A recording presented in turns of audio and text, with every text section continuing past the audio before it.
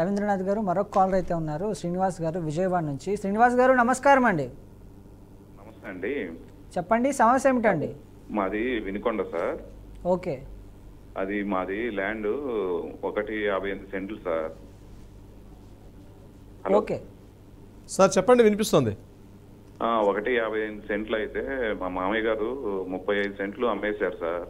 Okay. అయితే మిగిలిన land survey చేయించాము, గవర్నమెంట్ సర్వే అని. అయితే అది 359/2 లో ఉన్న యాక్చువల్ గా ఇచ్చారు. అది FMBలో రాంగ్ పడింది. 359/1 లో ఉండాల్సిందే. అది 1 లో మార్చాలనడానికి ప్రాసెస్ ఏంటి అనేది RD ఆఫీస్కి వెళ్ళి మీరు మార్చుకోండి అని చెప్తున్నారు సార్. దాని ప్రాసెస్ చెప్తారని నేను చేశాను సార్. ప్రాసెస్ MR ఆఫీస్ గారికి మీరు లెటర్ పెట్టండి సార్. ఇప్పుడు మీకు ఏదైతే గవర్నమెంట్ సర్వే రిపోర్ట్ ఇచ్చారు కదా, ఆ రిపోర్ట్ ఉందా? రిపోర్ట్ కాపీ మీకుందా? అది రిపోర్ట్ ఇంకా వాళ్ళు ఇవ్వలేదు సార్. అది రిపోర్ట్ కాపీ ఫస్ట్ మీరు రిపోర్ట్ కాపీ కలెక్ట్ చేసుకోండి సార్. రిపోర్ట్ కాపీ కలెక్ట్ చేసుకున్న తర్వాత ఆ రిపోర్ట్ కాపీని మీరు యాడ్ చేస్తూ రిక్వెజిషన్ పెట్టి సోన్స్ ఇప్పుడు మీరు ఏదైతే చెప్పారో ఇట్లా జరిగిందని చెప్పి డైరెక్ట్గా ఒక డైరెక్ట్ లెటర్ ఒకటి మీరు MRO గారికి పంపించండి, RDO గారికి పంపించండి, కలెక్టర్ గారికి కూడా పంపించండి సార్. ముగ్గురికి బై పోస్ట్లో పంపించండి. ఎక్నాలజ్మెంట్ ఉంటుంది. మరలా మీరు వాట్సాప్ చేయండి, మెయిల్ కూడా ఉంటుంది. ఏ కన్సల్ట్ మీరు వినుకొండ అన్నారు కాబట్టి వినుకొండ MRO గారికి కూడా మీరు డైరెక్ట్గా ఆ అఫీషియల్ వెబ్సైట్ ఉంటుంది, వెబ్సైట్లో మీరు డైరెక్ట్గా అక్కడ మీరు ఒక మెయిల్ తీసుకోండి, మెయిల్ చేయండి. వీలైతే మీరు డైరెక్ట్గా వెళ్ళి పర్సనల్గా కలిసే ప్రయత్నం కూడా చేయండి సార్. అప్పుడు మీకు న్యాయం జరుగుతుంది ఖచ్చితంగా. బట్ ఎందుకు నేను వాట్సాప్ మెయిల్స్ ఎందుకు చేయమని చెప్పానంటే, మనం ఎన్నిసార్లు మాట్లాడినా దానికి ఒక్కోసారి ఓరల్గా మాట్లాడుకున్న దానికి ఉండదు. అక్నాలజ్మెంట్ చేసేటప్పుడు మీకు అంతా ఒక ఎవిడెన్స్ ఉంటుంది, అథెంటికేషన్ ఉంటుంది. కాబట్టి మీరు వాట్సాప్ మెయిల్స్ కానీ చేసి ఇప్పుడు సర్వే రిపోర్ట్ ఫస్ట్ తీసుకోండి. ఈ రిపోర్ట్ని మీరు సబ్మిట్ చేయండి. డెఫినెట్గా మీకు న్యాయం జరిగే అవకాశం ఉంటుందండి. ఓకే రవీంద్రనాథ్ గారు, ఇందాక హుజూరాబాద్ నుంచి శ్రీనివాస్ గారు కాల్ కట్ అయినట్టుంది, మళ్ళీ లైన్లోకి వచ్చారు ఆయన. శ్రీనివాస్ గారు నమస్కారం అండి. చెప్పండి, సమస్య ఏమిటండి? ముగ్గురు తాతలు. ఏంటండి? ముగ్గురు తాతలు అండి. ముగ్గురు తాతలు అంటే మీరు టీవీ చూస్తున్నట్లయితే టీవీ సౌండ్ మ్యూట్లో పెట్టండి. శ్రీనివాస్ గారు టీవీ చూస్తున్నట్లయితే ఒక్క నిమిషం శ్రీనివాస్ గారు, టీవీ సౌండ్ మ్యూట్లో పెట్టండి. అదే ముగ్గురు తాతలు. ఓకే, ముగ్గురు తాతలు అండి, అర్థం చెప్పండి. ముగ్గురు తాతలు అయితే ముగ్గురు 3 భాగాలు. అయితే వీళ్ళు పెద్ద కొడుకులు దొంగరి ఈ 71 సంవత్సరం మేము దొరుకున్నాం. మాకు అందరికి ఫాయిల్లు ఉన్నాయి, పాస్బుక్ లేవు. దొంగ 2017లో దొంగ రిజిస్ట్రేషన్ ఏంటండి? 2017లో దొంగ రిజిస్ట్రేషన్ పెద్ద కొడుకులు 2017లో 17 దొంగ రిజిస్ట్రేషన్. అర్థం కాలేదండి. ఏంటి మీ వాయిస్ క్లియర్గా లేదండి. పాస్బుక్ మీ ఫోన్లో ప్రాబ్లం ఉన్నట్టుంది. మీతో మళ్ళీ మా లీగల్ టీం పర్సనల్గా మాట్లాడతారండి. మరొక కాలర్ అయితే సిద్ధంగా ఉన్నారు రవీంద్రనాథ్ గారు. బాలసుబ్రహ్మణ్యం గారు కర్నూలు నుంచి. బాలసుబ్రహ్మణ్యం గారు నమస్కారం అండి. నమస్కారం అండి సార్. చెప్పండి. అదే మా తాతయ్యకు 2 భార్యలండి. ఓకే. అందులో మా అమ్మ పెద్ద కూతురు. 7 మంది కూతుర్లలో మా అమ్మ పెద్ద కూతురు. ఒక పెద్ద భార్యకు ఒక అబ్బాయి. మీరు రెండవ భార్య పిల్లల మీ మదరు, లేకపోతే మొదటి భార్య కూతురా మీ మదరు?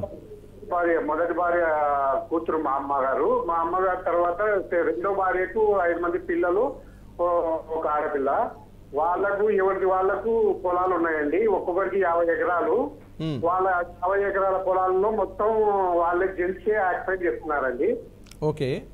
పుత్రులే చిన్న పిల్లలు పెద్ద పిల్లలు చేసేస్తున్నారు.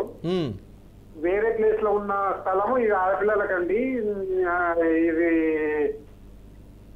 ఆడపిల్లల ఖర్చులకు వాళ్ళ మెయింటెనెన్స్ కు వీళ్ళు మగపిల్లలు పట్టించుకోవట్లేదని మా అమ్మగారికి రాసిచ్చారండి.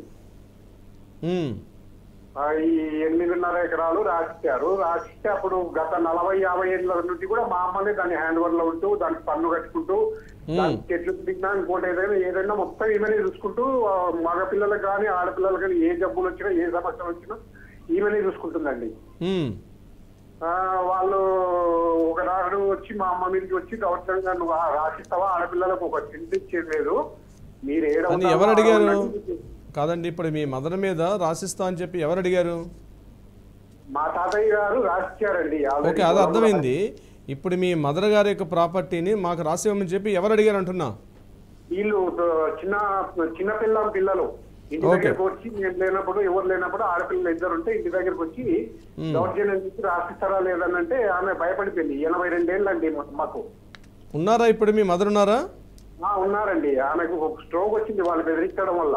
ఇప్పుడు ఎంత వయసు ఎంత మీ మదర్ది? 82 సంవత్సరాలండి. ఎంతండి? 82 సంవత్సరాలు. ఓకే. ఆమె గత 50 సంవత్సరాలుగా ఆ పొలంలో ఎవరు అబ్జెక్షన్ చేయలేదు, ఇవనే చేసుకుంటుంది. ఆవిడ పేరు మీదుగా ఉంది ఇప్పుడు ల్యాండ్ అంతా కూడా ఆవిడ పేరు మీదుగా ఉందా?